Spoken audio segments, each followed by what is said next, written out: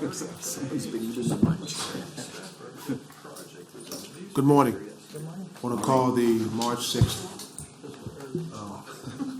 HART Board Meeting to order. Will everyone please rise for the Pledge of Allegiance? To the flag of the United States of America and to the republic for which it stands, one nation, under God, indivisible, with liberty and justice for all.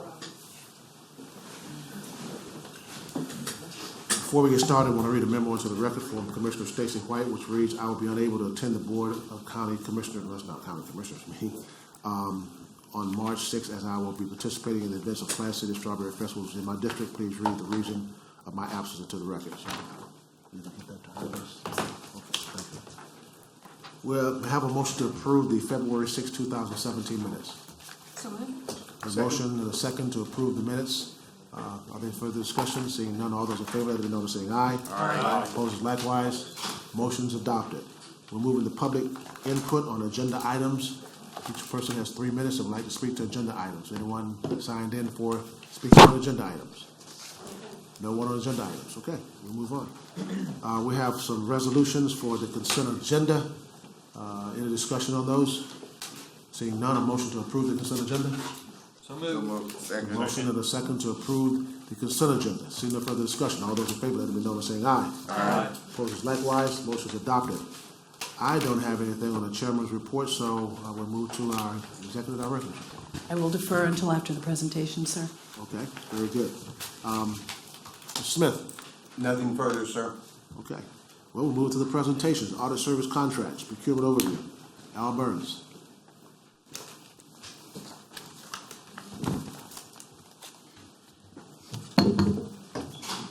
Good morning, Mr. Chairman, members of the board. I'm Al Burns, Director of Procurement and Contracts Administration. This morning, I would like to just do a brief procurement overview of audit services contracts.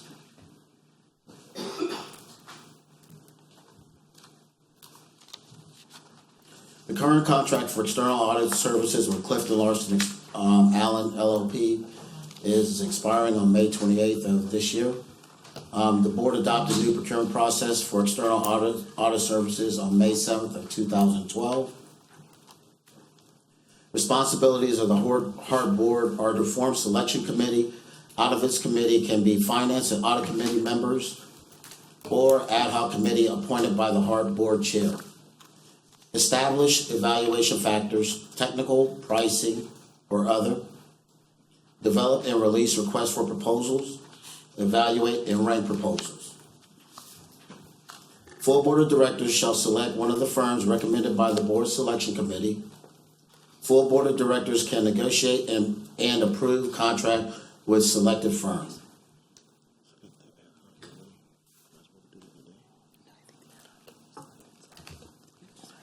So, Mr. Chair, this is one of the few solicitations that is the actual evaluation committee members consist of board members or members of the finance committee.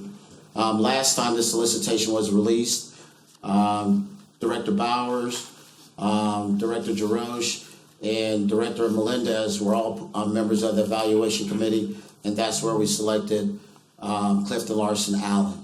This morning, I'm looking for your guidance on who shall be members of the evaluation committee for the upcoming release of this solicitation. And just, pardon me, Al, to clarify, so today we're looking for the ad hoc members, or are we looking for volunteers from the board to serve on the ad hoc committee that then become the members of the committee? That is correct. Yes, sir. So we would ask the chair to call for volunteers. Who was on that committee before?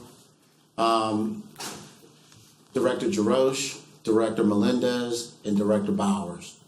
If I could make a comment. Yes, you welcome. Okay, when we reorganized the committees, we used to have an audit committee separate, and the members of the committee were the three of us. We've since combined the two committees, so I don't know if that should be part of the FGA committee in whole or I just wanted to bring that fact to light, that we used to have our own separate committee, and it now is part of the FGA, and I don't know if maybe it would be in their purview to select membership, but... How many are on that FGA committee? Who's on that committee? I don't have the list in front of me now. It's 9 members of the FGA committee, and there are 9, yes. That's why there are 2 options. Either the whole FGA committee serves as an evaluation committee for this procurement, or we appoint an ad hoc committee over 3 members ad hoc committee, and they serve as an evaluation I committee. think nine is just too many. Yes. So, you gonna leave it up to me? Yes. Okay. Mr. Bowers, Mr. Roach, Menendez, you're back on. It was just a point of it. Are you objecting? No, no, I'm not. I mean, unless there's someone who'd like that opportunity, I would certainly like to. No, you got it. Okay. Any other discussion on that? Do I need to approve that? You wanna rubber stamp that, or is that my appointment? Hey, well, that's it. Thank you, Mr. Chair. Autonomous vehicle update, David Dixon.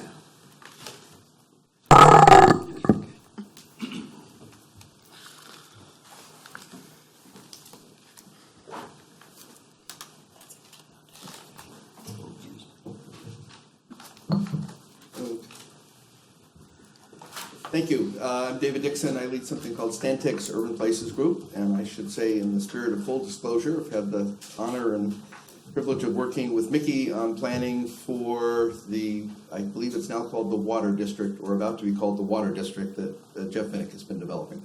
And it's been really exciting to have a chance to work in Tampa. I was at a conference and had the, again, privilege and honor of being on a panel with Catherine Egan, talking about the advent of autonomous vehicles and the impact on planning and land use, and actually I should probably add, since you were just talking about it, social equity and many other things.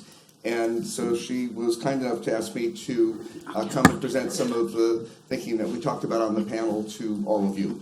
I'm going to try and do this pretty quickly in deference to your schedule. This is not meant to be a lecture, so if you have a question on a slide, please just ask me. There's no reason to wait. So the first thing I want to say is that people talk a lot about how mobility technology changes everything. And if we just have to think back to the early 1950s when car ownership really became universal, and what happened, it made it much easier for everyone to go to the suburbs, I'll put it that way. It made things like West Shore possible. What is, I think, maybe more interesting to note is that if you look from 1950, let's say, up to today, that sprawl was accelerating faster than population increase, meaning cars were definitely encouraging us to sprawl out up to about 1990. Then early 90s to mid-2000s, that process began to really slow. And actually, since the mid-2000s, it's reversed. Our population is growing faster than the amount of land we consume. Now, we still all basically use cars, so something else is at work.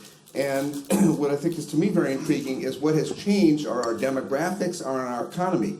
So that in the early 1950s through 2000, let's say, we sprawled. We headed to the suburbs. Jobs headed to West Shore rather than downtown, because that's who we were as a society in terms of how many of us had kids and things like that, and how our economy worked. Well, both have dramatically changed, and I want to start by illustrating those.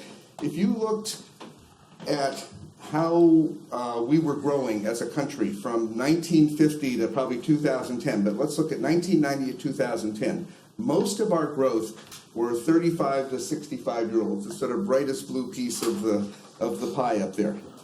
If you look at 2010 to 2030, the way we have grown for the last 60 or 70 and probably many more years before that has fundamentally changed. Now, most of our growth, most of the net increase in our population are folks who are under 35 and particularly over 65. It has all kinds of implications. What that means is that I don't know if any of you remember Leave It to Beaver. Sometimes I'm always surprised how many people have never heard of Leave It to Beaver. Okay. Anyway, this is what families looked like when I was growing up. This basically is what we show ourselves our households look like today, because as we add households, this is what they look like. Something like 75% or more of all net new households, growth in households, are singles and couples today. In 1970s, when I was kids already, almost half of all households had kids. By 2030, 25% of households will have kids. But more importantly, of that 25%, there are all kinds of implications to this. Only 10 of those percentage points will actually be 2 adults with kids. The rest will be singles raising kids.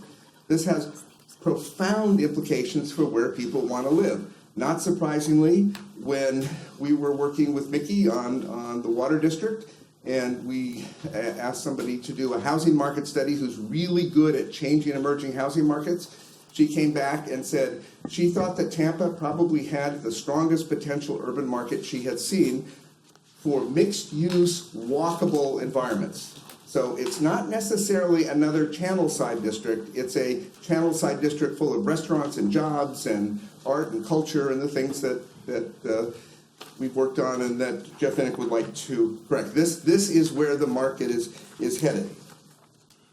It's also really interesting, and this is going to sound a little bit elitist, so I'll just apologize for that and keep going, that if you look, there's been a lot of talk about, we're running out of millennials are having kids, millennials want to move to the suburbs too. That's not actually what's happening. What is happening is that educated millennials and educated just about everybody else who moves around a lot, and we don't move that much after we're 50, are moving into cities if we have 4 years or more of education, and we're moving out if we have less than 4 years. It's not because people with 2 years of college don't want to live in a city anymore. It's because we are, since 1990, urban housing values have risen 50% faster than suburban across the country. There is a fundamental shift going on. But this also has to do with our workforce. One of the things that's really exciting to me about the water district is that it will be a mixed-use, lively, walkable district. It will be exactly the kind of thing that knowledge workers and knowledge employers are seeking today, because these 4-year folks, these educated folks, not only want to live in urban areas, they want to work in urban areas. They'd really like to walk to work if you could, and we're about to get to automated vehicles. Not surprisingly, the other thing that's going on, and this is people of all ages. The last numbers were 25 to 49-year-olds. This is everybody. The more affluent you are, the more likely you are to be moving into a city these days. So each of these bars represents 10% of our population by income, the top 10%, second, etc. As you can see, it's not quite a straight line, but it's pretty close. The more affluent you are, the more likely you are to move into an urban core. So affluent, educated people are trying to move in. Other people may not be trying to move out, but they are moving out. And there are a lot of, when you mentioned social justice, there are environmental justice, there are a lot of issues there. So what do autonomous vehicles have to do with this? Well, a whole lot. We've started to look at 2 time frames in our office, and I should say that I work a lot with 2 folks, one Rod Shabesh, another Harush Oye, who actually knows Tampa quite well, who head our Stantec's actually very ambitious automated vehicle research program. And I'm writing actually a book right now on a new generation of suburban centers, and I suddenly got worried, was there a book to write because were automated vehicles going to send everybody back out to the suburbs because you could sit and play a game or take a nap while you drove home? Well, in talking to folks like Karush and Rod, I learned I didn't need to worry about the book, and if I were downtown Tampa, I should be pretty excited too, because the first advent are going to be cute little things like Ollie here, shared automated vehicles, but their potential is actually pretty extraordinary, because in a denser urban area, probably downtown is on the threshold of this kind of density, but certainly the new Water Street District or Water Street District will have this, and if you had Channel Side, etc. These cute little vehicles will be able to out-compete private cars on the basis of cost, be a lot less expensive, on the basis of convenience, which is what really makes a difference. They'll probably be close to on-demand, and they certainly will help meet environmental and other goals. So if you look at, and SAVs, shared automated or autonomous vehicles, are likely to, they're going to arrive at sort of in big numbers. They're going to begin to make a difference much sooner than single occupancy or owned automated vehicles, autonomous vehicles. So If you look at this diagram, which probably requires some explanation, I have a pointer here, but if you look at the first column, let's say 2017, for any of you who know who New Urbanism, this is sort of a New Urbanist transect, or sort of just for convenience. But basically, you have an urban core, you have sort of edge neighborhoods, urban, closer in urban neighborhoods, suburbs on out. Okay, so by 2022, in the core, let's say the Water Street District, possibly downtown, depending on policy. I should say Tampa is way ahead of most cities at beginning to look at ABs, which is really exciting. And at, let's say, a major new suburban center, let's say redevelopment of the Rays Stadium, for example, which I know is being looked at right now. If it has enough density and sort of critical mass of development, these are places that could support SAVs, meaning they're on demand. They're not just less expensive, but you don't wait 10 minutes. They'll show up in 2 minutes. We're talking actually about 2 to 4 years from now. If people start planning pilot programs today, which means figuring out how to put all the sensors in so they can talk to each other, basically how to start implementing and investing in and implementing the technology.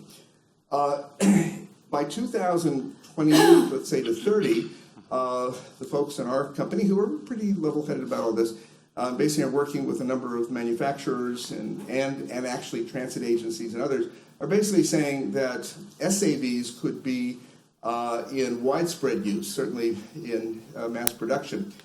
There's been some very interesting studies, which I've been looking at lately. One of what the impact of SAVs could be if a city really committed to them. Well, let's say you had a district. Mickey was talking about a walkable downtown core. Let's say you had an urban district, and people have looked at the downtown Austin, for example. If you only had SAVs, it's not going to quite happen, but if you only had SAVs, you could take 1/10 the number of vehicles who travel around during peak AM hour now would serve basically all the trips and at less time, and certainly considerably less cost. Meaning the potential is just extraordinary if a transit agency really takes the lead and begins to organize this sort of service. Now, there are all sorts of studies that say as you phase in, at what point when you have 20% or 30 or 40% penetration by SAVs, what are the impacts? And they're pretty significant. But my colleagues should talk about that rather than me.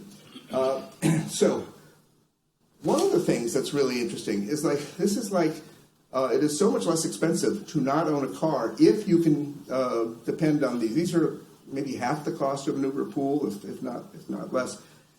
But they're on demand in real critical mass of folks.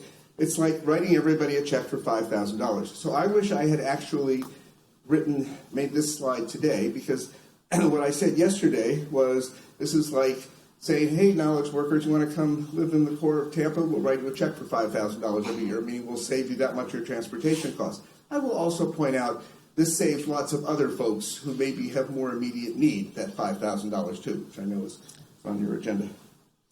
So we've begun to take a look at, in some cases on our own, in some cases for clients, what are the impacts in the near term, which to me is actually more important. What should you be doing today so in 2 to 4 years you're in a position to benefit?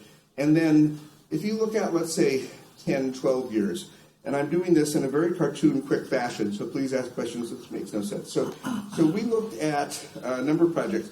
We looked at 2. One is the Water Street District. The other is a sort of new medical district we're doing some planning for in Baton Rouge. And these are regions that don't have heavy rail transit. A lot of the literature says the great thing about SAVs is they will close the last mile to a transit station. Meaning if you have a heavy rail system and a station is a 15-minute walk, right now you don't get any benefit in terms of transit development. But with SAVs, going back and forth on demand, you would. That's fine if you're Boston and have a heavy transit system, but most of the country doesn't. So we were saying, what are the implications in other places? And a lot of this is conjecture, but it's conjecture based on some real rigor and analysis. So if you look at, I won't go into the detail. The details actually get really fascinating. In Baton Rouge, basically, you can connect a piece of land to a series of hospitals and create a medical district that wouldn't happen if you couldn't make that connection. And that you can create a dedicated right-of-way. It's really fascinating. It's So you can basically unlock probably 10 million square feet of development. And Baton Rouge is a pretty strong economy. So there are lots of fascinating things when you really dive into it. What struck us for Tampa immediately is if you look, for example, just at the Water Street District, you could begin to reduce the really significant parking requirements that this development is identifying for itself, even after they look at sharing. You could also begin to, and this doesn't account for that, begin to look at remote capturing people driving in, for instance, to hockey games remotely and bringing them in by SAVs because they're on demand. You don't have to wait 10 minutes for a bus. You just get out of your car and get one of these games. So there are all kinds of things to begin to look at. But when you look at districts, at regions with more extensive transit systems, we're planning a new district in Center City, Charlotte. The yellow arrow is how much less parking would you need. In Tampa, I think or Charlotte, $25,000 a space. The blue arrow is can you charge more rent? So basically, your costs go down and your value goes up. I point this out. This is order of magnitude or rough, because one of the things we have to figure out is where do the dollars come from to start investing in sensors, et cetera? Well, they come from the fact that you're going to save other money and you're creating value. Now, how do we make these connections? I don't know, but we've certainly all learned how to do things like tax increment financing to capture streams like this in other ways. When you go to places like my dear city of Boston, where we're looking at a major development, redeveloping 1,100 units of public housing into 2,800 units of mixed income housing, or redevelopment of something called Kmart Plaza into a mixed-use walkable suburban center, the impact on reduced parking and increased rents, if you can connect to a mature transit system, are pretty astounding. So there's a real reason to invest there. What I'd be very curious about is to understand more, for example, for Tampa and the Water Street District, what are the possibilities? Because, for instance, if you can connect to BRT to USF or to BRT to West Shore with what do you begin to do to rents and maybe parking requirements? And if you can capture lightning fans and, so I think this is really a floor. What is also interesting, and here's where places like Tampa sort of jump to the forefront, is what happens, let's say, when we have widespread use of SAVs. One of the things about SAVs, which I probably should have said, is they don't park. They simply they park someplace once a night or once a day or once a week or whatever to be maintained. But basically, they go around picking people up and dropping them off. So, Mr. Chair, sorry. Yes. I have a question, if it's okay, real quick. Would you like to finish, or you taking questions now? Oh, I'd take a question, yeah. He had mentioned it before that he would take questions. Here's a question I have for you that I've been reading some of the studies. Sure. The parking issue is a big one because much of what we're talking about with SAVs, where we're going to park them. Because right now you're talking about them not being in the central business district. Yeah. And there's been some studies that say that, well, we're going to put them in poorer areas so that people who are in areas that are maybe economically disadvantaged are going to have all these cars and they're parking there that are serving a central business district that's wealthier and more affluent. So what have you seen? Because I know I've seen a couple of studies like that. What is your thoughts on that? My thought is, first of all, that wouldn't be the least bit necessary. Okay, wait a minute. You're making a pretty blanket statement. That would not be necessary at all. And the reason why I'm asking is that you're going to have a lot of these SAVs. Yes, yeah. They're going to have a place to park or to recharge at some point. They're not going to be rotating. This is not like when they had nuclear weapons that they had a B-52 in the air at all times. Yeah. So they have to park somewhere.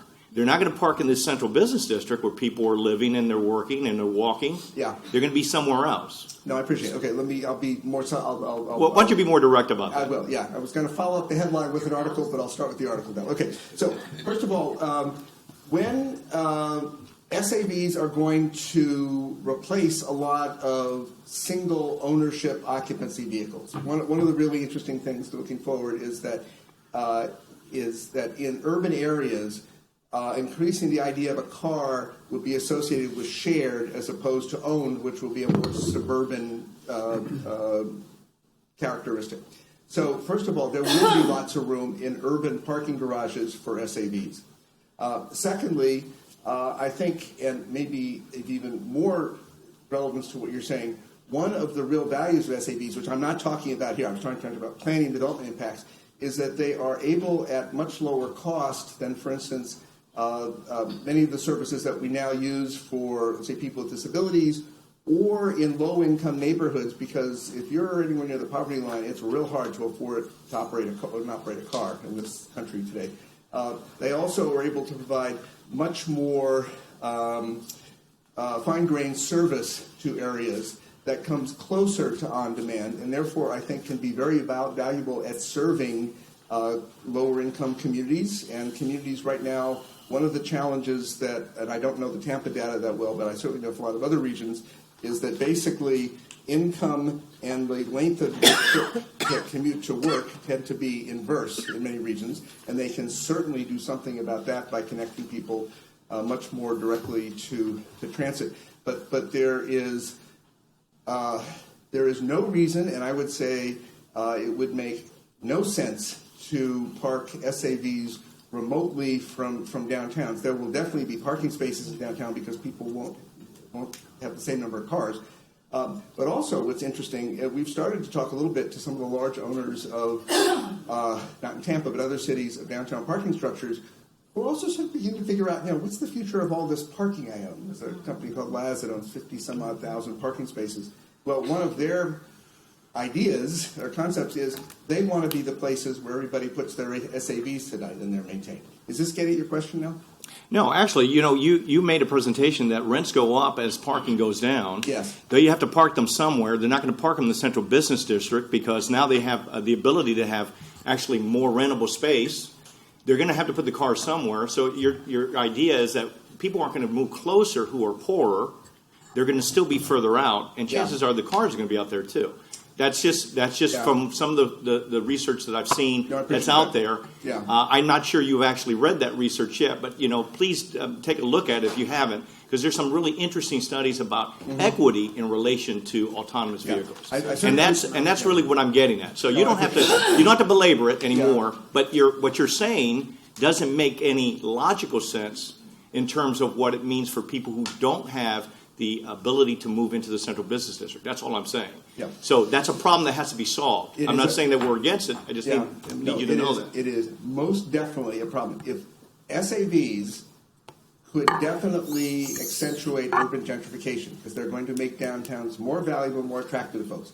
That's going to take a lot of public leadership, affordable housing, and that's one reason why I think that agencies like yours are going to become a lot more important, not less important, with SAV, even if it's Ubers and Lyfts who are operating these services, or even people like our former client.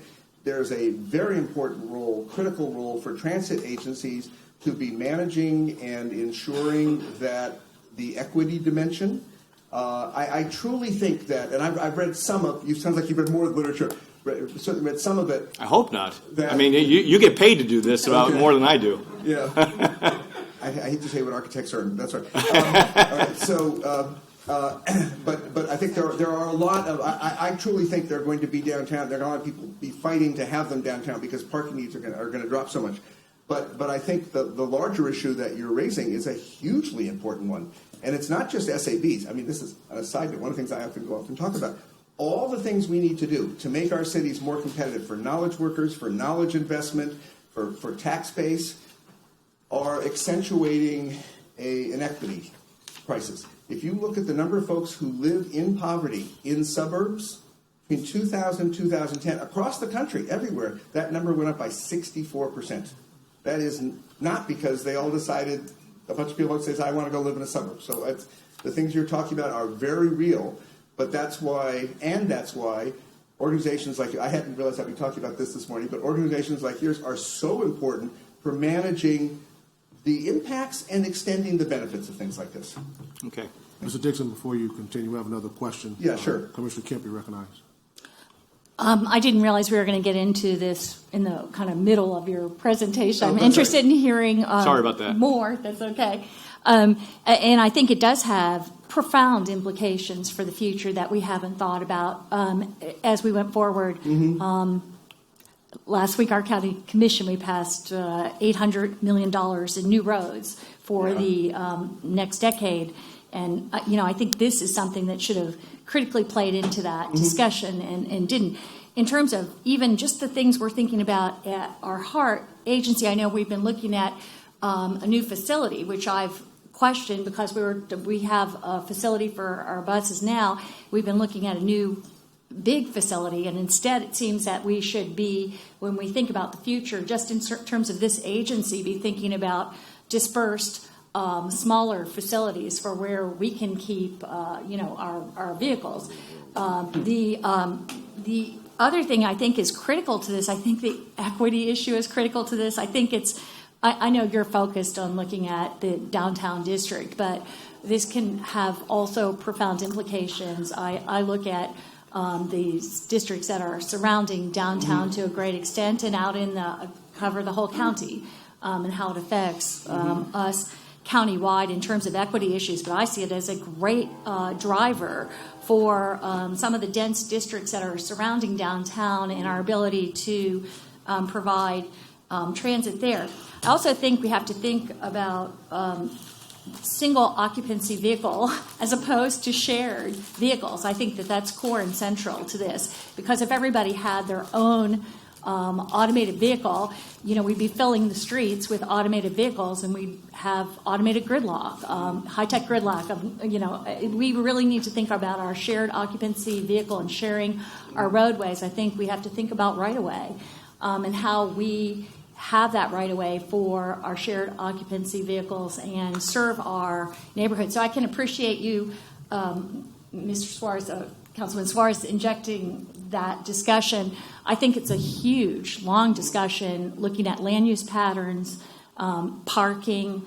Some people have said, well, you only use your car 8% of the day, but everybody uses it at the same 8%.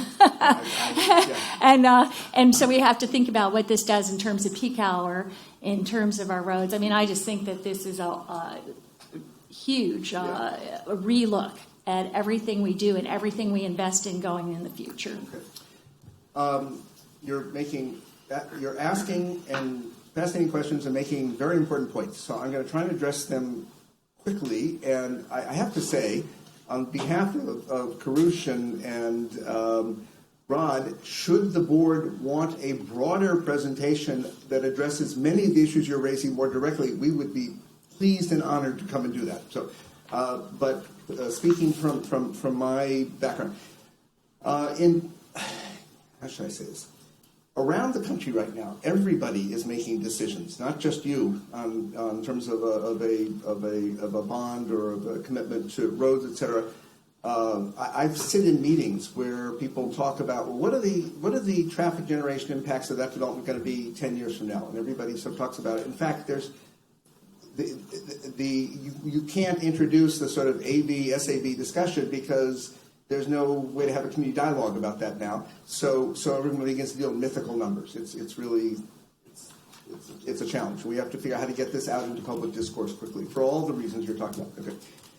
If you look at the literature, as I'm so glad you all do, when you hit like 25%, let's say in the core SAV mode share, you begin to maybe get a 5, maybe 10% reduction in the amount of roadway capacity you need because they travel a lot more efficiently. It's when cars talk to each other. Connected is a term I haven't used yet, but when you have sensors on the side of the road and they have sensors, they know what each other are doing, and the connected vehicles tell each other what all the other cars are doing, so they can travel more compactly.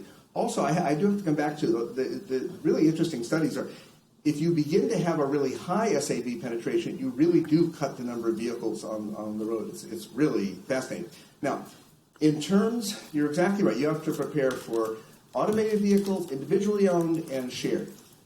In urban areas, the thinking is, and I certainly agree with this, just if you look at the penetration that Uber and Lyft have had and how rapid that's been, actually, Morgan Stanley, recently came out with a study that said globally, by 2030, they expect 26% of all trips that are now vehicle trips today to be shared automated vehicles. This is around the world. This country would have a higher mode share at that point. The reason being, it is A, so much less expensive, but B, so much more convenient than owning a car. You don't have to worry about parking it. You don't have to go to your car if you're in an urban area, in a certain area. If you're not, that doesn't make sense. So then you're much more likely to get an AV. Now, those folks obviously come into downtown. These things speak to each other. So the net impact, actually, I think, should be fewer cars on the road and less need for pavement. But don't rely on me for that. I would ask my colleagues this. Is this a fair? Am I answering your question at this? You still trying to answer my question or hers? I know it was a very broad question, okay. and I still think that there's I understand what you're saying. I still think if we were all in single occupancy vehicles, we would be looking at, even though it's very efficient use of road space, and I understand that, and I've also read extensively about that. That if I have my two kids in each their own vehicle to go someplace, and my elderly mother, all of who didn't have access to this before, we're talking about filling our limited road bed. So that's why I'm just saying, as we're a transit agency, the discussion of single occupancy vehicle versus shared vehicles is, I think, critical and essential, and something we need to look forward to in the future. Yeah. At some point, and I'd rather you get on with the presentation, but also I guess you're going to reach the electric part of it too. Yeah. Oh, and these would be electric vehicles. Okay. So I'll move on here, but just the one thing I would note that's very interesting. Excuse me, Mr. Dixon. Yeah. I'm going to ask members, let him complete his presentation first. Okay. If you have any other questions, because I apologize, Chair, I started this. Okay. Yeah, you did. I'm sorry. Okay, go ahead. For me, it's fascinating to be able to speak to these things. Okay.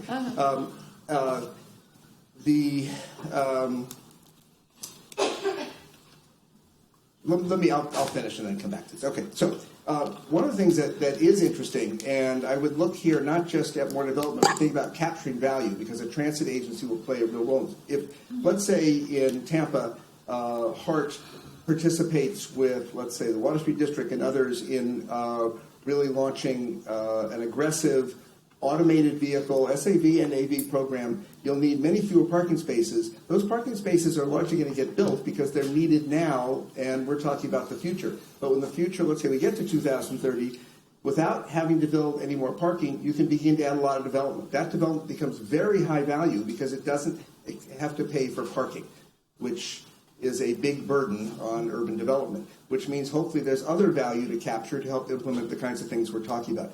And here, a place like Tampa or Baton Rouge will have much more potential than, let's say, a light rail or a heavy rail served district where the benefit will be captured earlier. Is this making sense? Okay. So finally, I just wanted to we've just done a little bit of thinking about Tampa, and I'll just finish with this very quickly. This is from the perspective of the Water Street District. Right now, you're looking at basically, I call it SAV service on Marion Street, and Thea is looking along Meridian. These are fascinating programs and way ahead of a lot of cities. So if Water Street District connects those, there becomes some real implications. The first of which is that Channelside and the Water Street District can begin to become the same walkable district. Now, if you're the Water Street District, that means 5,000 more people to come and shop.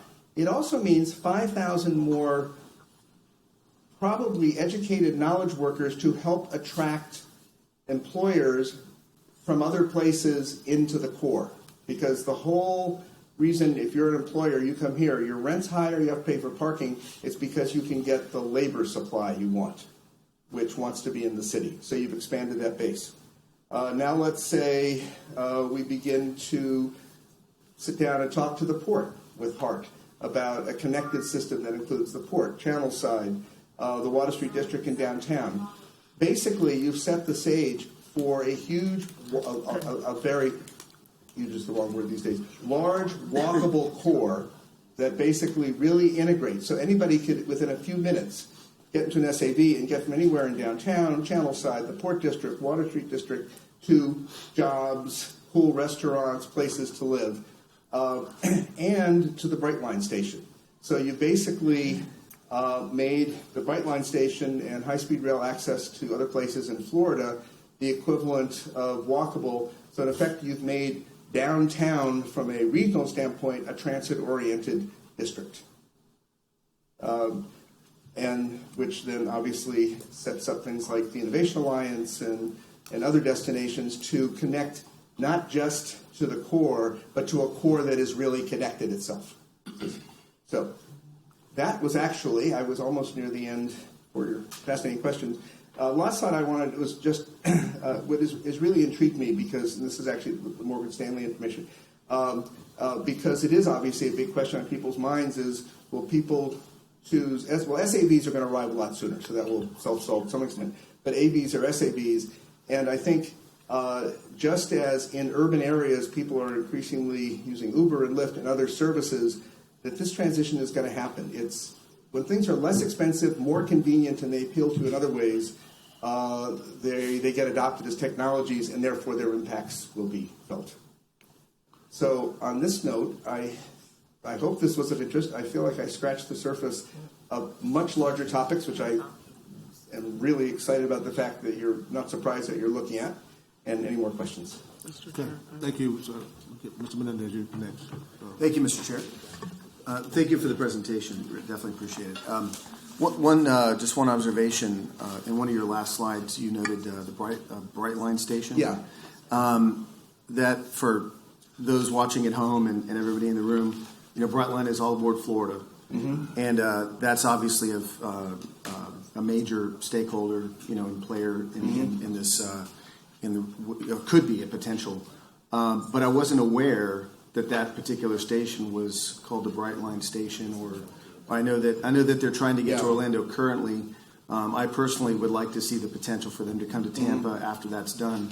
But can you, since this is an update, is there some information on that? Is that tentative? I can't update on Brightline. I can certainly update on the fact that if you had a connected SAV core to the Tampa region, it would certainly have very positive impacts on ridership on that line, because the highest ridership any transit system gets is actually within a 5 to 10 minute walk, no matter where you are.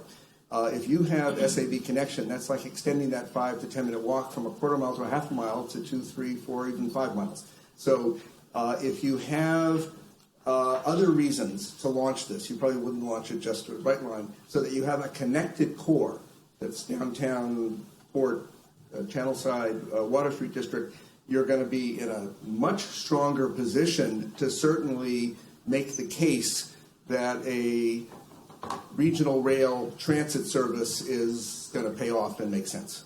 I agree 1,000%. But I just want to add, and I think I may have talked about this in past board meetings, but the idea of a stakeholder, competitor, some entity coming to Tampa, bringing that type of infrastructure to Tampa, and being supported by both public and private first mile, last mile opportunities, I think is a great thing. They're not going to come here unless we can provide them with the ridership and the connectivity. So, but I did just want to ask, so I agree with you. I appreciate that. And I think a lot of our initiatives are in that direction of beyond the bus, trying to move towards, providing that support. But thank you for the background. I was just curious about the fact that it was specifically designated Brightline. That's something I hope for in the future, whether it's them or someone else. Okay. But I appreciate it. Okay. Yeah, thank you. Ms. Shannon, you recognize? Yeah, I just wanted to know, what's the average seat size? How many people ride these SAVs? Oh, good question. The ones that are in production now are generally 6 to 12 passengers. What is very interesting, I think, which I also didn't talk about, they can be redesigned much more flexibly than a traditional automobile today, which means that they're actually one of the companies that I know well, Local Motors, that has the Ollie, cute little Ollie, 3D prints them right now. So basically, if you develop a right-of-way that could be an exclusive, let's say, along Meridian or elsewhere, and you needed a vehicle that was 6 inches shorter or a foot narrower to do that, they can simply design that and manufacture for you. That you don't have to basically have all sizes fit California requirements, or the kinds of things that the auto industry requires now. Thank you. Yeah, I just was wondering if you have considered rideshare. I know in Hillsborough County we're about to possibly, or we have deregulated that industry. And will that not have an impact on reduced number of parking downtown, because you're going to have kind of the same thing, except you're going to have a driver in the car? The only thing that's going to happen with automation might be that the driver goes away. So can we not realize those impacts now? Yes. I mean, I don't know your rideshare program, and obviously it depends on what scale it operates. But in effect, it does the same thing. Well, I'm talking like Uber, Lyft. Yeah. Right. Yeah. Yes. Yeah. Yes. There's a company called Bridge. I know that's in Tampa that basically is sort of on demand, a little bit closer to you, basically. Kind of like Uber Pool. Yeah. Exactly. Yeah. Yeah. The difference is that this will be a lot less expensive and probably go much more into mass adoption. So it's think of it as tipping the scale, so to speak, so that the scale of the impacts will be much greater. But in fact, yes, we talking recently with a university in Denver that just does not want to build any more parking. Partly is I'm sorry, I've forgotten, but as the commissioner mentioned earlier, should we be considering like things like this as we make future policy? And they decided they didn't want to build any more parking. So they're simply giving Uber passes to every new student, because it's less expensive than building parking. And there are concepts like that have real potential. And I know also you've got Apple and Google working on autonomous buses and things like that. Yeah. Are you here just for informational purposes, or is there like anything that we need to be looking at in the future as potential opportunities? Well, this is for informational purposes. I mean, I would think that a transit agency like HART, particularly one that does not operate a rail system, heavy rail system, but has the flexibility of BRT, et cetera, would be really well served by developing a strategy, and I think it would probably be an AB-SAB, but probably SAB strategy for serving the core region, and beginning to look at what the value capture is among the things that will create, because that's what's going to pay for it, I think, and on the regulatory side, what needs to be done. And if you can create a special districts that's downtown, Channelside, Port, Water Street District, for example, that's much more achievable than trying to rethink Tampa. This is just off the cuff, and I'm now conscious that people are watching this on television, so this is David Dixon's suggestions. But I think the technology is way ahead of the regulatory, but also the funding side. And the technology sort of transportation planning dimension would not be that difficult. It would then give you the foundation for tackling the other two, and since Tampa is already ahead, I think probably leverage the fact that you're already making some real investments in terms of thinking as well as in other ways in doing this. And also I think it would be very useful as the transit agency. Transit agencies are all talking about this, but not many of them have really figured out how to implement. I'm going to stop with that. I could go into a whole long challenges around transit agencies, but is that getting your question? Yeah. A final answer would be, or final question would be, so we have Title VI requirements and equity issues to deal with. What do you see in the future of some of the transportation disadvantaged areas with this technology? What I think is, and I'm not the expert in this, but I talk to them. So, and this is something of very real interest to me. The ability to develop fine-grained access to lower income areas, to serve people with disabilities. More than half our population growth for the next 20 years is going to be folks over 65. This is a population that is going to explode. It's not even beyond the poverty issues that we're more aware of right now. That this will offer tremendous options. It can basically travel in a much more fine-grained way, meaning much closer to people's actual point of origin, and much less expensively, for example, than a bus or even a shuttle service that has a driver. That makes sense. how it's certainly worth planning now. I have colleagues who could basically describe how to do this much more eloquently than I could, but it's the logic is certainly compelling. This is also, if you think about it, I mean, this is one of the, poverty is growing much faster in suburbs than in cities right now. And so the idea of transit service, and this is an area where people are really stuck. Well, they're stuck anywhere. So the idea of understanding, and I don't know exactly your service area, so it's probably, the further out the bigger this issue probably is becoming now and certainly will become.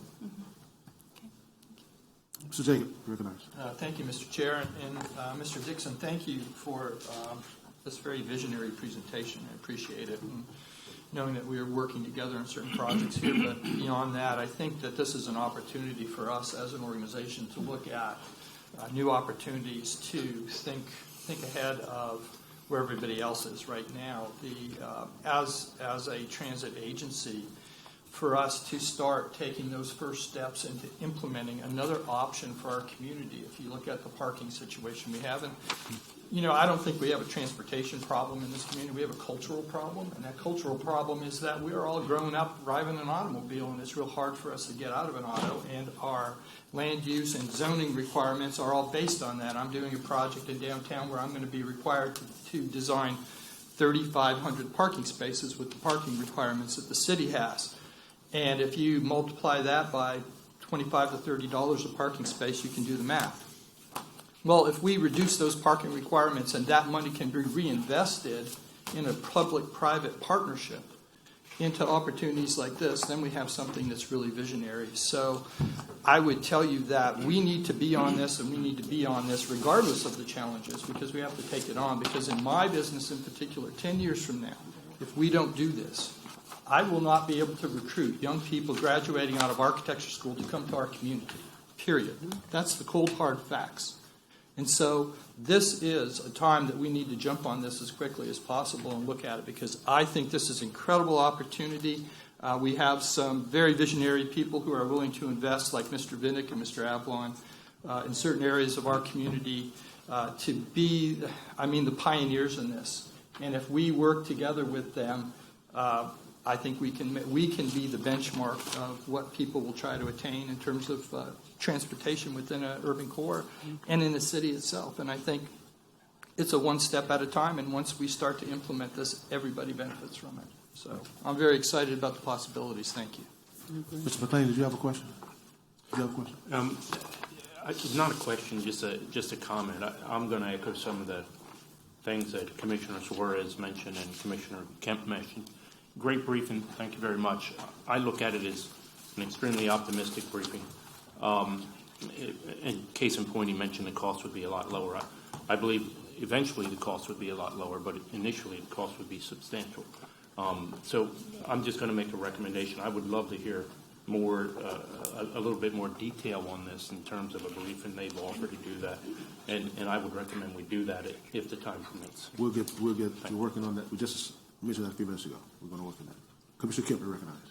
Well, this was fascinating. I'm so glad that we're looking at the future, and it's a very fast-coming future I've seen. Just a couple months ago, I did ride the vehicle that we had here in Tampa down at the Marriott Waterside.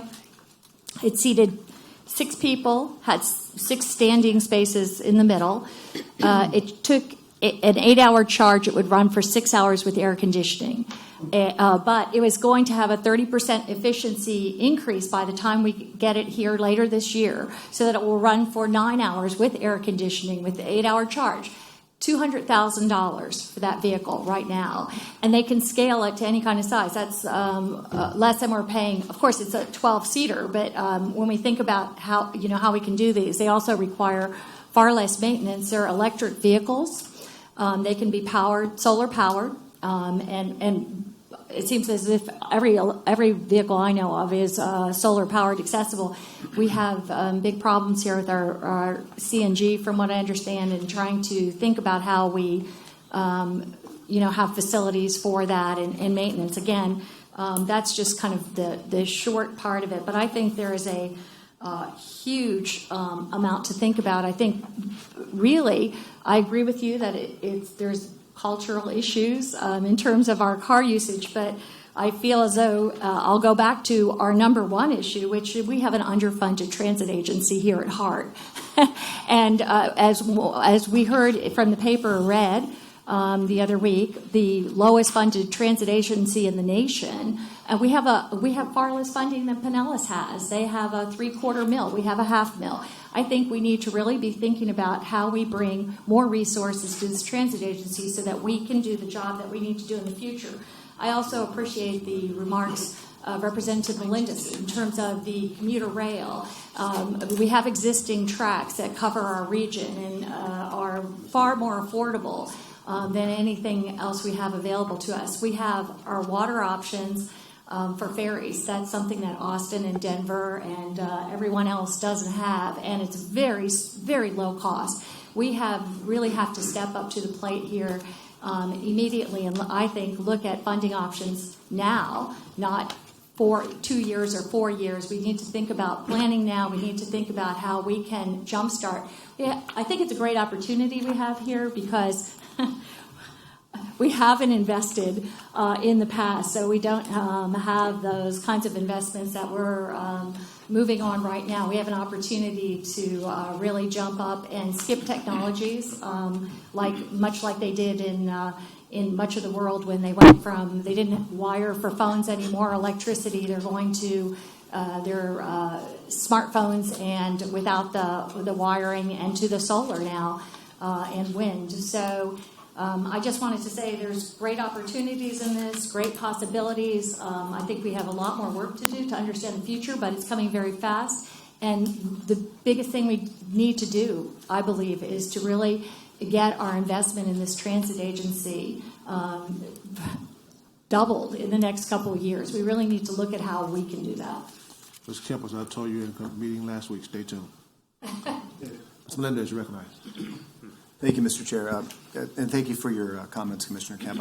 Just given these discussions and what we talked about in the past on where we want to go, where we're headed, this is very much in line with that. And I think, given some of the news even coming out of Tallahassee, I'm excited about robust discussions. Because I think the challenges are going to be funding, it's going to be partnerships, and it's an exciting time for sure. But the discussions will be robust, no doubt. So thank you.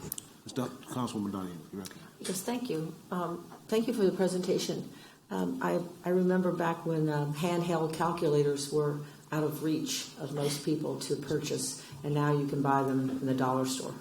Obviously, you're not going to get to that point. However, I do think, considering all the issues that we know are before us, and they all have to do with funding, we need to be thinking outside the box, and this is definitely in that direction. And what we see today is most likely going to change over the next few years. But as you said, Commissioner Kemp, it's going to happen fast. So I am delighted to, especially someone who represents the city of Temple Terrace, we are not around the corner from anything. So we're happy to see that there's a new way for us to enjoy the benefits of the larger community.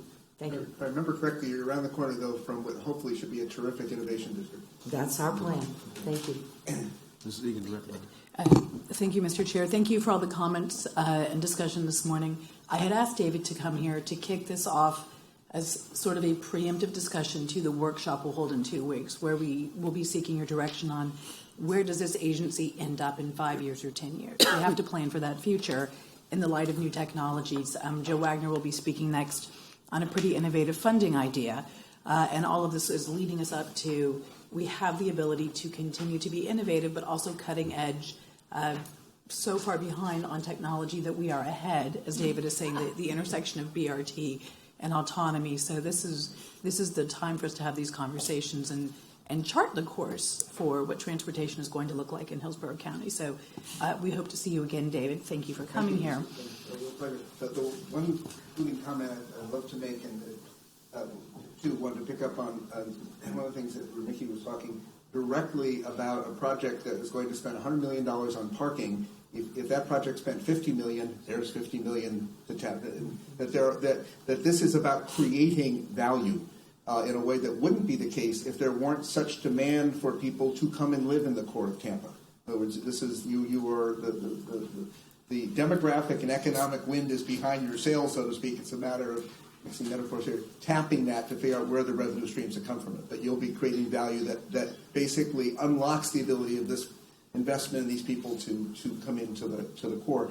And the final thing I want to say, because I think it's always very important, that in an era where the public sector is financially strained no matter who you're talking to, and I heard, Mr. Kemp, your comments on your agency, in many ways, as public-private partnership becomes the way of the future, it makes transit agencies, in some ways makes cities more important, because you're the ones who basically, you lead the team. You're the ones who are going to be able to convene the private sector, the city, and others to be able to put these services in place that unlock value. And I hope that's not too abstract, but it's really exciting to me to hear your interest and your proactive spirit. Well, and we will see you again. And my final comment on equity, look at a hyperlink. Hyperlink was our response to a market that did not guarantee equity or responsiveness. And we're seeing more usage on our hyperlink pilot programs than our peers in Pinellas are seeing on their Uber program. So allow your staff the chance to do what we do, which is come back with a way that this service is open to everybody. Again, not just the guy in the tie, but the Head Start mom, and we will bring you some really good solutions. Commissioner Murray recognized. Thank you. At our board meeting last week when we approved the road plan with the $812 million included in the motion was, Ms. Egan, to have you work with staff to come back to us to see what assistance we could provide either through I would like to do additional hyperlink projects, but I wondered how are you going to go about doing that? Are you going to go through the Finance and Governance Committee? Are you going to wait till we have this workshop and we talk about the TDP and then prioritize it? Or exactly how are you? Because really the budget's presented June 6th, I think. So we only have a couple months, 2 or 3 months, to actually really work on that. And I just want to make sure that we're staying on top of it. It's an excellent question. We have our TDP, which of course has projects in it that would be the foundation for discussion. We will be talking at the workshop, where we'll be getting guidance from you on what service should look like in the future. That will also help us figure out what the footprint for service looks like coming here in Hillsborough County.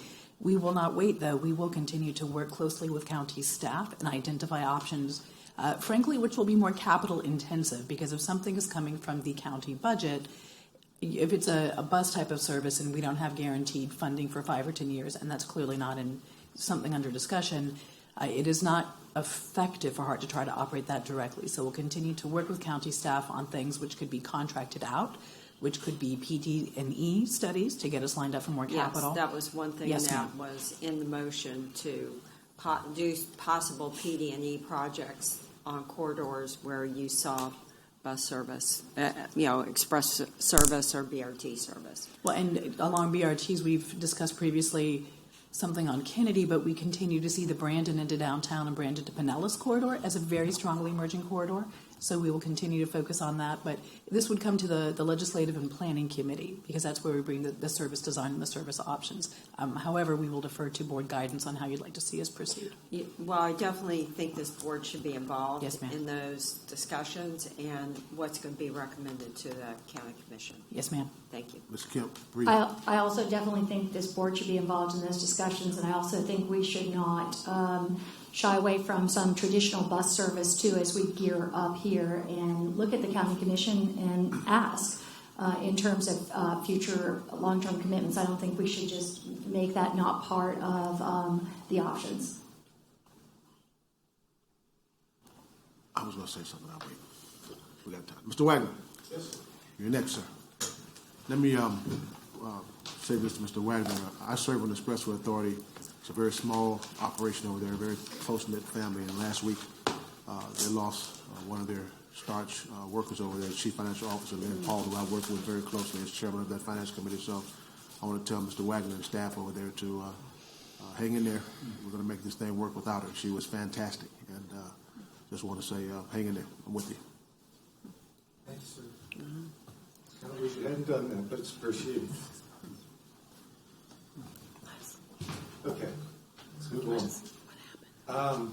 So by now everybody probably is aware of what price managed lane is, so I don't think I have to explain that. Bus toll lanes is a transit concept that implements premium bus service using price managed lanes. It's an opportunity to bring transit and road agencies together as equity partners to fund a multimodal solution for our urban centers. It can do this in a manner that addresses mobility and financing challenges for all stakeholders. Transit's capital equity as an investment will enable access to toll revenues to help cover transit's operating costs. This aligns public transportation agency missions by providing a transportation service for all, regardless of personal income constraints. It comes with the potential to cover 100% of operating costs and provide an effective and self-sustaining transit solution. No other transit concept can do this. Operating costs for transit are the stumbling block for development of effective transit solutions. While there are federal and state programs to help with transit capital costs, the burden of financing operating costs typically falls to the local governments, and it's a heavy burden. And the fare box revenue traditionally only covers a fraction of the daily operations cost. It's about mobility. Bus toll lanes move people and not just vehicles. That's the idea. These numbers demonstrate how a price-managed lane versus a congested highway lane moves 65% more people than if you just leaving it congested every day.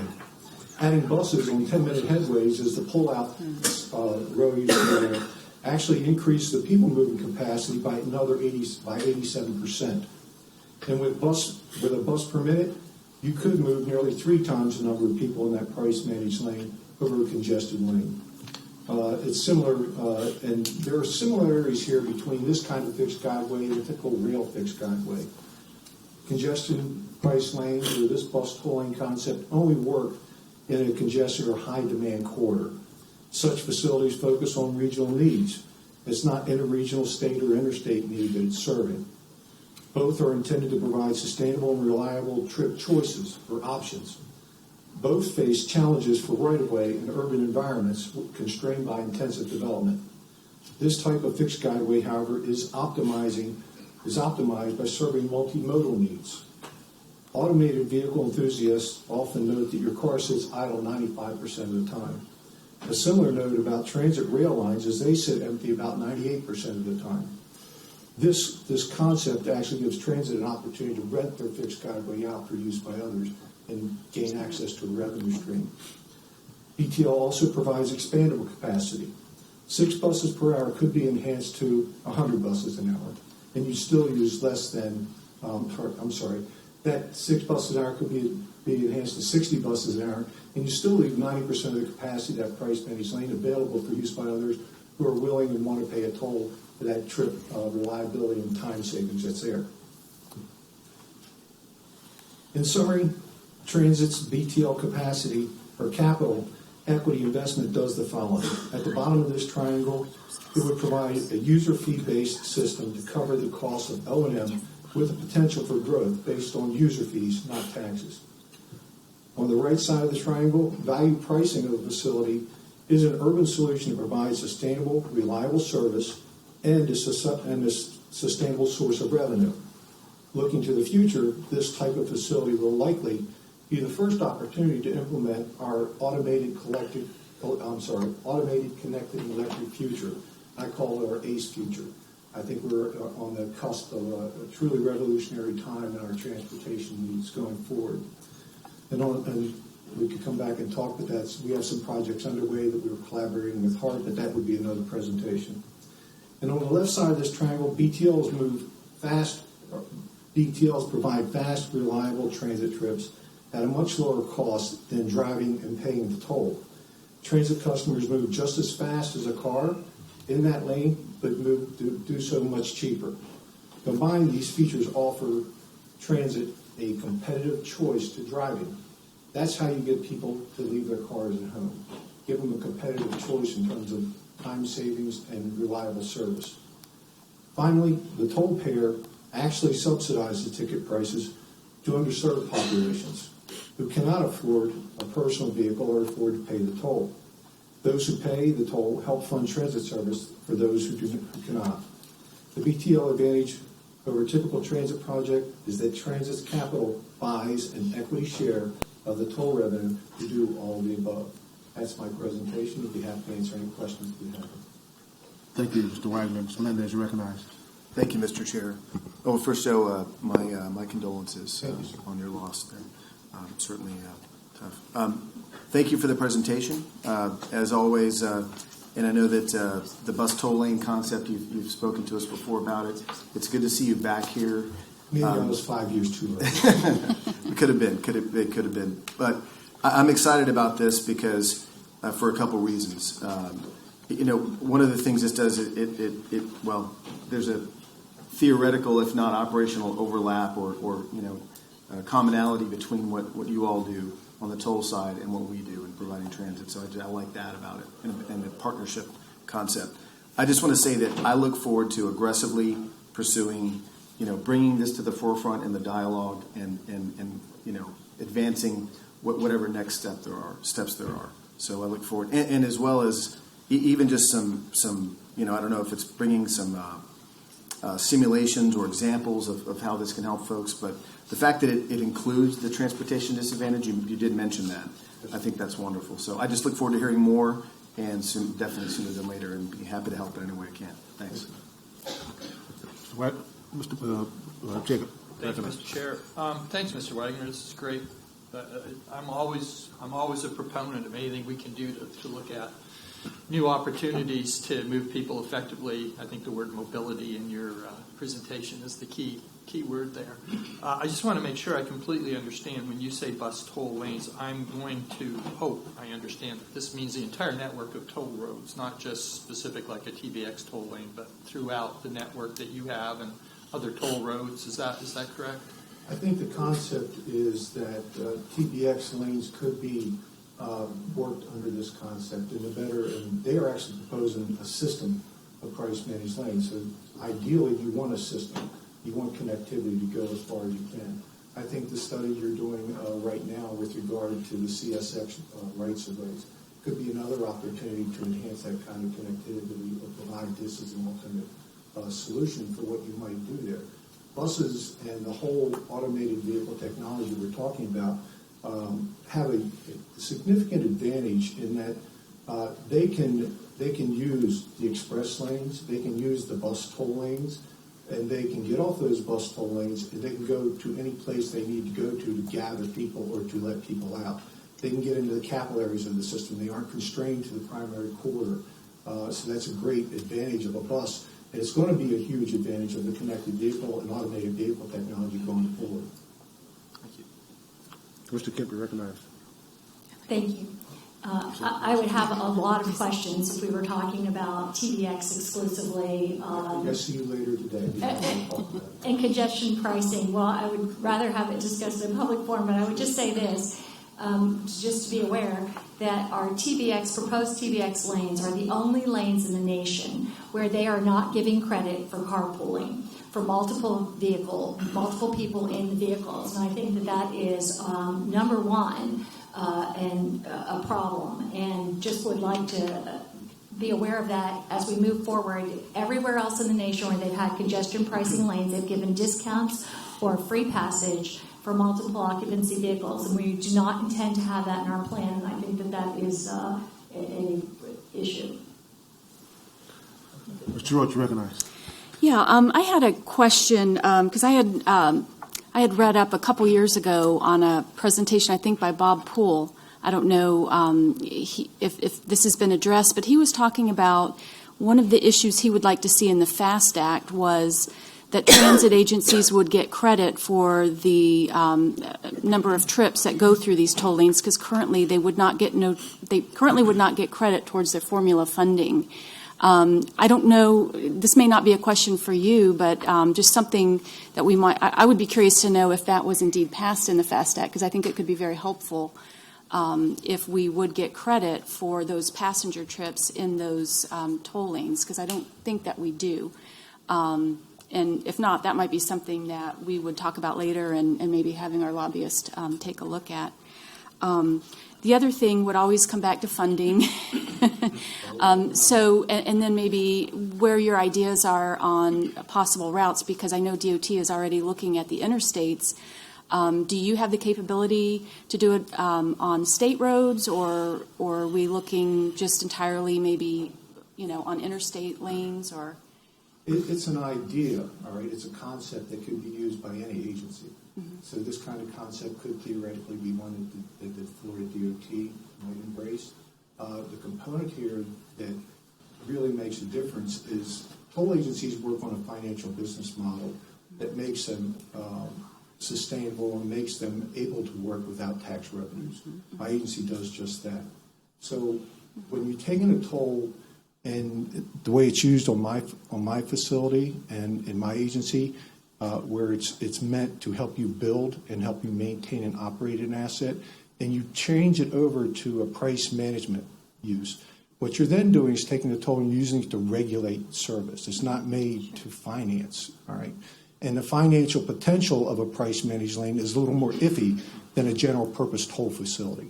The market doesn't really know what to do with those yet. That said, when you do price managed lane, you create a revenue source. That revenue source, if you're looking at your traditional transit project, your traditional transit project's made up of local revenue when you fund the capital side, and it's made up of state revenue and federal revenue. When you take a price managed lane, if you employ this concept, you're actually adding a fourth and new source of local funding to the project, is the way I look at it. That tolling then could become a source of funding to match your federal capital funds that you would try to draw down and build it. So it's a new source of money to draw from, and it's a new source of money for the capital side, and it's a new source of money in the long term to finance your operating costs on your transit service. But transit's got to come up with capital equity investment as opposed to coming to the table with a handout, a hat in hand. If they come to the table with a capital equity investment, you're buying the right to that equity now and forever, and you get to say what you do with it. Right. So we would come up with the down payment, so to speak, You to come get the up with project going. you want to set up a new business. You're going to have equity partners. You gather your capital, and that's what you put into the hat to build the business. Okay. Any idea of what that need would be that we would need to come up with? That depends on the project. Last time I came here 5 years ago, I had a much longer presentation that had charts and pie charts and demand curves, and I think I lost everybody. I'm excited about numbers. It's my business. It's what I do. So this time I thought I'd make it a little easier to get the main points across, not lose anybody in numbers. But every project you do, especially when it involves revenue and forecast and potential for bond issues, it's about the numbers. And be happy to talk about that, come back at a later time and give you some examples of concepts or some analysis we've done on just where things fall in terms of ranges of possibility. But you need the project specific to get, to really have a meaningful conversation. I come back to you again and say, this is what it could be. Well, that's what it could be. It's much like our automated connected vehicle discussion. What it could be is many things. What it will be is going to be fascinating to watch happen. Sure. Mr. Menendez, you recognize. Thank you, Mr. Chair. Yeah, Joe, I think you nailed it. You've presented this new funding mechanism concept, and I want to thank you for that. And I think it's now up to us to take this discussion forward. Thank you. Mr. Kemp, you recognize. Again, too, in thinking about this, I just have to go back to TBX because it could be just a big, long discussion. But I think in recognizing some of the basics about that is that I think we need to be thinking about the fact that 92% of people who get into a car in Hillsborough County end up in Hillsborough County. We have to think of these local connectivity and links, things like transit-oriented development. We just saw a look at the future and where people are moving and the way land uses are changing, the marketplace is changing. And I think the TBX congestion pricing lanes do not take any of those things into account. They don't take land use into account. I mean, that's something that, the director acknowledges that, DOT, it isn't their issue to do land use. My thoughts about that are that our DOTs all over the nation have made our land use decisions de facto for us for decades, and it's time for that to change. The access to something like TBX lanes, so we only have access at 3 points, at Bears, at Downtown, and West Shore. And I just don't imagine how that serves us. In fact, it cuts off connectivity that we need to have, especially when we have 92% traveling within the county, such limited access. And then again, how do we deal with that in terms of where our commuters are moving, because they're not. We have very limited commutership from Pasco County into downtown. So I just think there's a lot to think about in terms of how we look at this and how we use our, if we do the bus toll lanes. I appreciate that all options are on the table and are important as looking at funding sources, but I also think, especially in terms of TBX, how that design enhances or detracts from our ability to move people in the county. I would agree that the demands in our future are going to be great. I think the one thing my agency believes is collaboration, innovation and collaboration. We've been, at least in my field, at the lead of that, on the leading edge of that for a number of years. And if our population truly does grow by the 40% we expect, you're going to need to bring every tool you've got to the table. Because a 40% increase in population will bring a 40% increase in trip demand. And it's going to be there. And we've got to figure out the best way to address that financially and from a service perspective. I think this is one of the tools possible. Thank you. Stephen, recognize. Thank you, Mr. Chair. And briefly, this is a different universe for us than we would have had with the Clinton election in 2016. We know that we have an administration that has a very different view on how to fund transportation and is looking differently at infrastructure. And we don't know exactly what it's going to look like. But if we don't investigate tools like bus toll lanes, we won't be able to be in front if these projects become available going into this new universe with the new administration. So it's something which does not exist right now here in Florida. But again, we would prefer to be at the front defining what could be useful and be able to take advantage of that. We are a very populous state. We're the third most populous state in the country. And if there's going to be money for innovative transportation solutions, we want to have an opportunity to get them funded here. Catherine makes a remarkable point there by comparing us. We're the third largest. We have more people than New York. If you go back and look at the federal distribution of transit funds, I don't think Florida, while we pay an equal amount into the transit and the highway programs, we do okay on the highway programs relative to New York. But I would imagine if you look over the last 10 years, our share of transit funds to support our needs in the state of Florida is a fraction of what the state of New York gets. So maybe with creative ways on how we can use that transit funding, we can make a difference, and this might be an opportunity. You're right. That has been something that has been going on for years, that we don't get our fair share of the transit funding. A lot of that has to do with who has the power in Washington, D.C. For some reason, Florida's delegation does not have that power. And I hope that in the very near future, when we finish all this political infighting, that our delegation can come together and start trying to make every means possible to get those dollars that we rightfully put up there, get some of them back. I'm sorry. That's my point. Mr. Kelly, you recognize. I applaud the point. Again, sorry for your loss, Joe. Thank you. Is any other state doing this tolling? No. It's not done anywhere in the country. The only thing that's close to this is the Katy Freeway managed lanes in Texas, where they entered into a deal with the Federal Transit Administration, their local transit agency, where they agreed to fund some portion of the project with transit funds, but they only agreed to fund it up to the percentage of the capacity used by transit. So they put in like 4%. And I'm like, well, that's defeating the purpose of this concept. In other words, they put in enough so they didn't have to pay a toll for their buses to use it for the capacity they absorbed. That's one way of looking at it, and it might be a typical transit analysis way of looking at what you do with your capital, but the concept we're talking about here is own it, and you have access to the revenue, and you can put the service there, and you decide on what you want to do.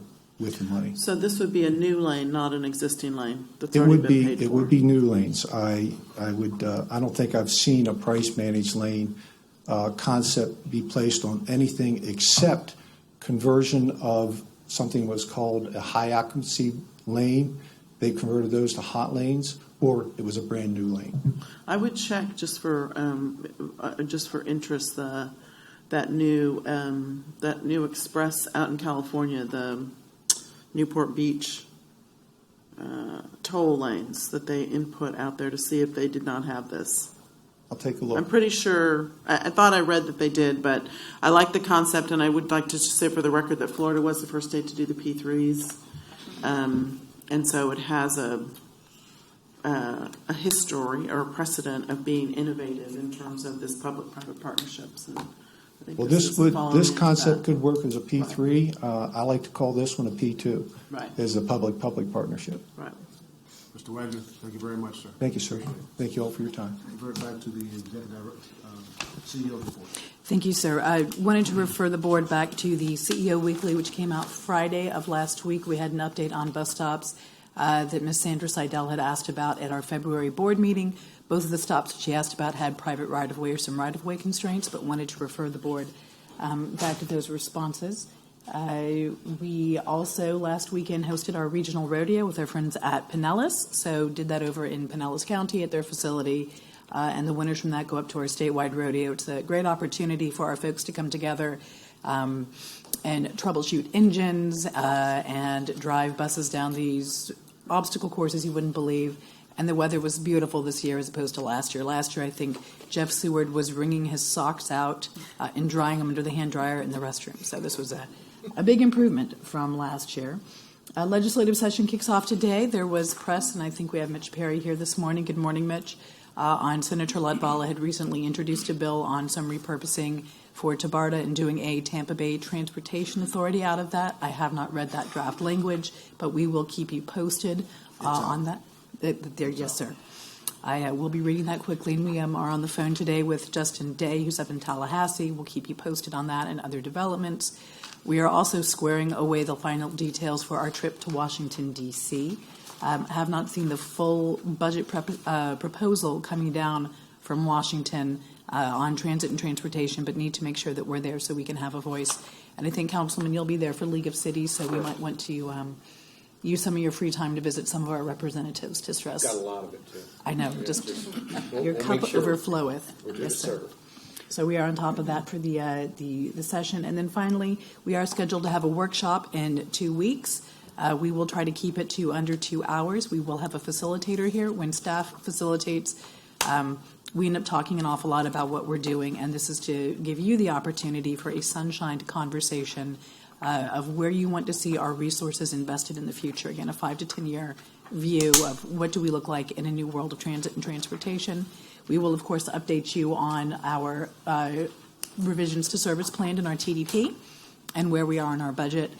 So if you have thoughts on what you'd like to see in this workshop, please go ahead and get with me. Get with me on this. If you are not available for this date, March 20th, let me know, and we will schedule a conversation with you and the facilitator so we can get all this content rolled in.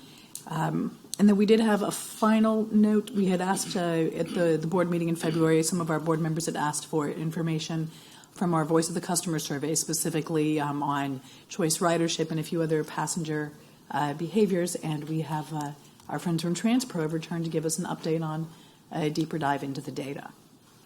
Before he does that, yes, sir. You did mention the Regional Transit Authority that Senator Ladbell was going to file. He did file the bill. There's no House companion yet. The bill, which is Senate Bill 1672, will have he's suggesting a 13-member board. The governor will have an appointee. The Senate President and Speaker of the House will both get 2. And he's also recommending that this organization and PSTA will also have representation on the board, and it will consist of Hillsborough, Manatee, Pasco, Pinellas counties. There is no House sponsor yet, but I guarantee you before the day is over, there probably will be a House sponsor for that. I'm sorry, sir. Is it all elected officials? It doesn't say that. Can I make a comment to that? Sure. Could I just make a comment that maybe that's something that we put on the agenda for the workshop so we can have a discussion? If that's the pleasure of the board. Sure. Would you? Yes, sir.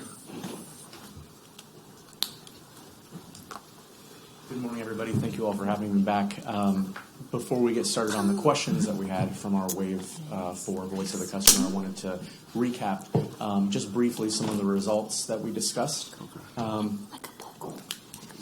That's up here. We talked last time about the Net Promoter Score, which, if you'll recall, is a way to measure word-of-mouth favorability among customers, and we can measure. This is how we can measure customer satisfaction across different industries. We talked about how since Wave 1, where HART had a 21% NPS, it's increased by 128% to 48%, which, as we discussed, is 4 times the industry average. For a little bit of reference, Disney and Apple are at 70%, so while you're not quite at Mickey Mouse's doorstep, you are very, very close. So something to be very, very proud of. We talked briefly about why the NPS continues to increase. The percentage of customers who are very satisfied with your service overall has continuously increased each wave, reaching nearly 50% in this most recent wave. And over 95% of your customers in every wave feel that the service quality has improved or stayed the same over the previous year. Additionally, the percentage of customers who feel that HART is focused on providing good customer service increased in this wave. And we talked a lot about how the customers feel like the service is very convenient. Nearly 90% of customers in Wave 4 agree that the location of the routes is convenient, and customer satisfaction with the frequency of your service increased 16% from Wave 3 to Wave 4. So really fantastic, outstanding results for you all. So we had some questions that you all asked last time that I'm happy to go into. The first one was, how do your customers' most important factors compare to industry standards? And we ask in every survey wave, what is the most important element of service to you? And then we ask them to rate their second most and their third most. And you'll see here, we have 3 columns here. We sorted it out into our most recent wave for you all, and then the cumulative score for waves 1 through 4, which are the same. Your customers' most important element of the service is on-time performance, followed by the price of the fare, and followed by travel time. Compared to industry, it's very similar. You'll see that 2 of the 3 are on that list. Across the industry, it's on-time performance, frequency and availability of service, and fare price. And we think that the reason why frequency and availability of service is not on your list is that your customers are continuing to show improvement in satisfaction levels of availability, frequency, and convenience of your service. We had some recommendations last time about some of these. For on-time performance, we talked about how your actual on-time performance is better than the customer's impression of on-time performance. There may be an opportunity to conduct a communication campaign with your customers to let them know about your agency's on-time performance. As far as fare price goes, we can always conduct a fare structure examination and compare it to peer agencies.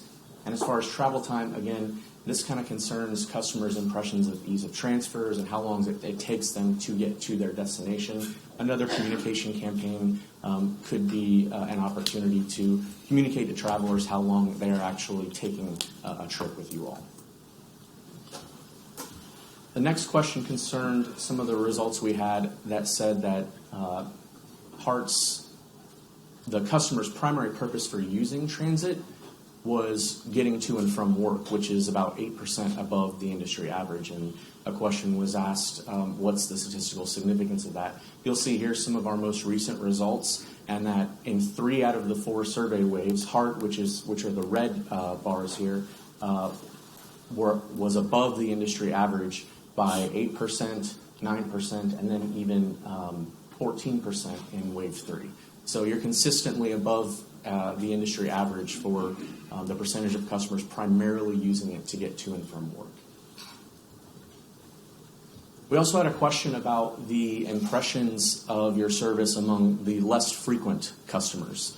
We define infrequent customers as those who use your service 2 times a week or less. And on this chart here, it's a little bit convoluted, so bear with me here. You'll see the chart that has NPS That's a Net Promoter Score. You can see that in Wave 1, which is the blue bar there, it was 17. It climbed to 35 in Wave 2, climbed to 55 in Wave 3, dropped a little bit back down to 40 and 39% in Wave 4. The percentage of infrequent customers' level of satisfaction with the overall quality of the service has increased every single wave to a high of 60% in this most recent wave. For our infrequent customers, we have the top 3 most important factors or elements of service for them as well. It's actually almost exactly the same as your entire customer base, except that route coverage has replaced travel time.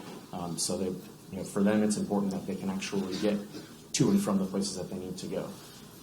One thing to focus on here is that through 4 waves, infrequent customers represent less than 12% of your total customer base.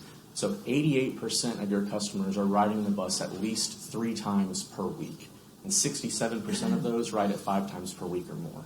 So your customer base, the ones who ride it, are riding it very, very frequently. I think we've surveyed around 2,100 customers, and only 240 or so have said that they ride it fewer than 2 days a week or 2 days a week or less. So you have a very, very highly active customer base. Oops, sorry about that. And the last question concerned the transit, the riders of choice, their primary reasons for choosing to ride, and how they and the community views HART. I believe the exact words were, are we an option of choice? Are we a last resort? So really quickly, the percentage of discretionary riders increased to an all-time high for you all for 33% in Wave 4. And among discretionary riders in all waves, the reason why they choose to use HART is because it's convenient and it saves them money, which is consistent with the findings that we find throughout the industry. That's the primary reason why people who have a choice to ride the buses do, because it saves them money and it's just as convenient as driving or walking. Now, as far as how the community or how customers view HART as a transit option of last resort or truly a choice, the work we've done to date is with your actual customers. If we wanted to get some information from the community about their overall perception of the agency, that's something we would have to conduct additional work on. But we have a tool that we can discuss with you about doing that. But again, the people that we've talked to are people who are actually using your service. So we'll be happy to explore that option further if you'd like us to. In a future survey way, we could ask more additional questions of your customers to kind of drill down into that a little bit more. But that's the data that we've got. So I'm happy to take any questions. Any questions? Ms. Egan, you recognized. Just wanting to wrap up, thank you very much for the feedback. One of the challenges, obviously, is talking to the folks who are not riding us. So I do want to point out, we did have the article in the Times talking about funding level, but let us reiterate, the folks we are serving like the service we are providing. It is a small footprint. It is not a very strongly funded footprint, but we have very strong service. 80% of our routes are half-hourly or better, and our customers really appreciate the work which we are doing. Beyond that, how to reach the folks who are not currently riding but might want to ride us is part and parcel of our TDP update this year, which will have several versions of stakeholder interviews. And Marco Sandusky can answer questions if we have them today on what are we doing to try to reach folks who are potential passengers but we're not serving them right now. How do we find out what could be done differently to make service more attractive for them? That's always a challenge. And broadly, from a regional perspective, Marco can also answer questions.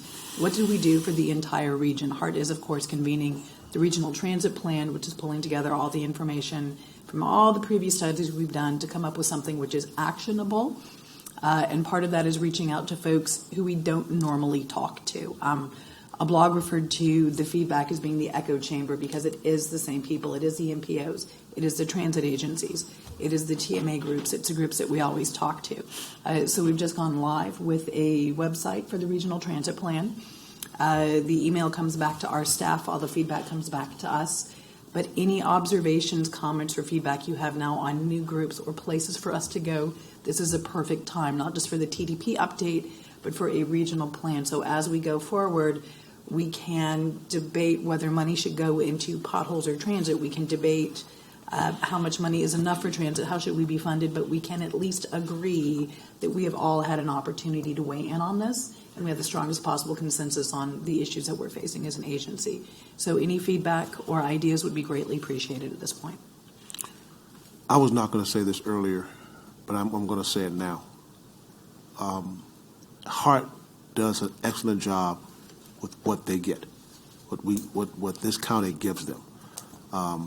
As you can see by those that are utilizing our system, this county is averaging 32 to 35,000 people moving in this county per year, which means probably the next 15 to 17 years there'll be 2 million people in this county. Now, we don't want them on the roads with cars.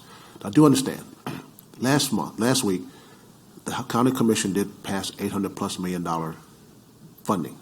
That's not a road plan. It will go into some roads, but in that is also some repairing of desperately needed bridges and sidewalks and other things like that. But there's not enough in there for transit. Could we have done that at that particular point in time? No. It would have dismantled the whole project, and we would have been in a world of trouble. We've got to find a dedicated funding source for HART. We talk about federal funding, which we don't get from Washington, D.C., which we will not be getting from Tallahassee. It's going to have to be this county that bites the bullet and makes an effort for a dedicated funding source for transit in Hillsborough County. We tried that with our county commission. We couldn't get it out the box to even take it to the public to say, do you want to tax yourselves? But something has to be done. And if we got more dollars to do what we need to do in this county as this county grows, HART can do a much better job in reaching those that would love to have our service but can't get it, and making our service much more productive and much, much faster within the areas that we utilize, that people utilize HART. So I'm just saying that because the mere fact is that sooner or later, this board is going to have to bite the bullet to look at what we can do to find a dedicated funding source. My colleagues on the county commission, God bless them, will have to do the same thing. We just can't continue to sit here and say, we're doing a good job. However, we don't have the dollars to look at putting more transit options out there. Enough's enough. I agree with that. I wish we'd gone to the voters a year ago. Right. But I also think that I think we're laying the groundwork for being innovative, which instead of being a bus agency. And I think that as we talk about some of the presentations that the staff brought today, the more that Tampa, which is, sort of the business backbone of the state from my perspective, that is the, key area politically for anybody that wants to run statewide, continues to tell the story about innovative, entrepreneurial options under a transit opportunity to reach all segments of the county or the region, in my preference, is really important. And I think that we need to, is it just buses that provide services? I don't think it is, and I think we need to be very creative when we get together in a couple of weeks to say what's out there, what else is being done, how do we connect to the main thoroughfares on the buses, and how do we get other people in the community to be talking about this as an entrepreneurial, innovative, which we are doing, but I don't think the word's getting out there. Yes, Mr. Melinda is recognized. Mr. Chair, thank you for your comments. And I noticed you used the word dedicated funding source, and that's certainly appreciated because we would have to rely on that. And I think one of the things that we've done at HART, and again, thank you for your comments of commending the agency. It may not be written down, may not be on paper, but building trust in what we do with the public dollar is going to be paramount, because the public, ultimately it's the people that will decide what that funding source is. But in addition to that, and I think it is significant that Mr. Wagner was here today, dedicated doesn't necessarily mean one single source. I think that what we're looking at also is a patchwork of funding mechanisms. Public-private partnerships are on the tip of everyone's tongue. We're waiting to see what's going to happen in the new universe. So I just wanted to acknowledge that the importance of building trust. Every decision we make, everything we communicate out to the public is going to contribute to that. And I'm also, on that note, glad to hear that we're going to be engaging in more of that discussion. Catherine, I know you can speak to that. I don't know completely about it, but we're going to be kind of taking the discussion out there on our own, and I'm glad to see that. So thank you. Mr. McLean, you recognize. Yeah, thank you, Chairman. As a citizen sitting on this board, I would like to say that I too agree with you and Ms. Shanahan. I would have loved to have seen that go to the public last year, and I'm looking forward to seeing that go to the public again in the very near future. I personally, as being a citizen of this community, walk around quite a bit. I think this community is ready for that. I think they were ready for it last year. We just couldn't get out of our own way. So I'm going on the record saying, yes, I agree with your thoughts, and I think the citizens of this community are ready for it. Stay tuned. Thank you very much. Thank you. Okay, in your package you have some committee reports from the HART Board representatives on some boards and status reports. We're now moving to public hearing for those who want to speak on general concerns. You have 3 minutes for those who want to speak on concerns, and I have the list here. Is that Charles Loeb? I think I messed your last name up, didn't I? No, you're correct, sir. All right. It's a little bit to get us. I went to public school. Good morning, everyone. And I want to follow up a little bit from last month, what I discussed. And I hope you all had a chance to read what's on the computer on my letter and think about it. I did want to follow up a little bit on it to one of the things that the last meeting made me think about. And that was going back about 15 years, I did a little research on business advertising. And interestingly enough, I read the article on Mass Transit Magazine that was talking about the very subject, and the one you have outside, about getting revenues in advertising. One of the things that they had in their idea that they used was actually naming a station for maybe, like instead of calling Marion Street, saw it some by some other name, like maybe like Tampa Bay Lightning Station or something like that, or Tampa Bay Buck Station or something like that, and get dollars like you do over at the stadium, like they do Raymond James Stadium or something like that. I, however, took 15 years ago, took a little bit of a different line on that, on advertising revenue, to create a news source, hopefully, that you can do without making any investment. And that is through your advertising. Going on the buses, as you know, I see a lot of like almost empty bus benches. Your inside advertising on the cardboard advertising could use an update. And so could, and you probably do more shelters than you could do. One other thing that I thought about, though, was networking that with other transit agencies.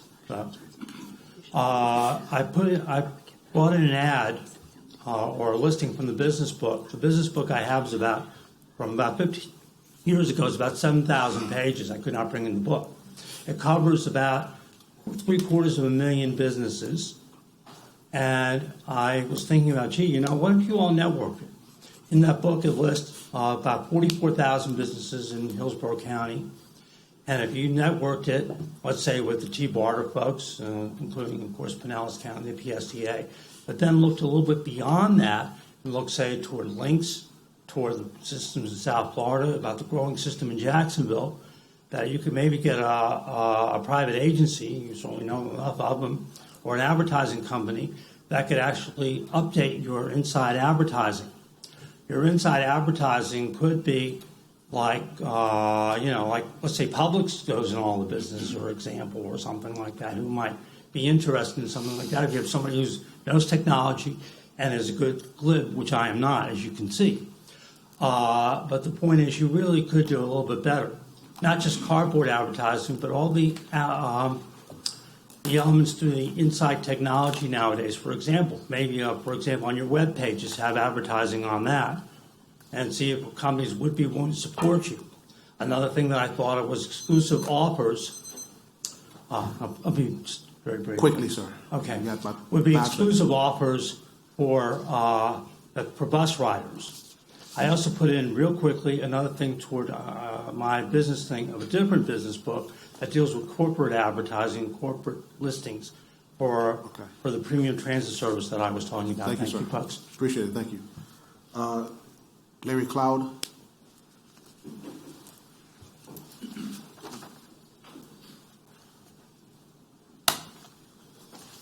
Thank you, Mr. Chair and members of the board. With this TDP and the possible extension of the streetcar and the premium transit feasibility study that's upcoming, somebody in your, I believe it was Steve Fagenbaum, that's the Director of Service Planning, brought up an interesting point a few years ago, and I wanted to see if the board and maybe HART would look to re-examine this. He was quoted a few years ago about talking about taking 5 minutes off daily bus runs that could save the authority in the neighborhood of $3 million as you meet personnel and operations costs. With the ridership the way it is right now, I wonder if you could look at that. And that's all I have to say. Thank you. Thank you, sir. Okay, that's all the names I have for public comment. Is there any old business? Is there any new business we need to discuss? Remember, we have a workshop on February 20th, 9 a.m. sharp. March. It is amazing that it is March. What is years flying by? March. See no further discussion for any business? We'll adjourn.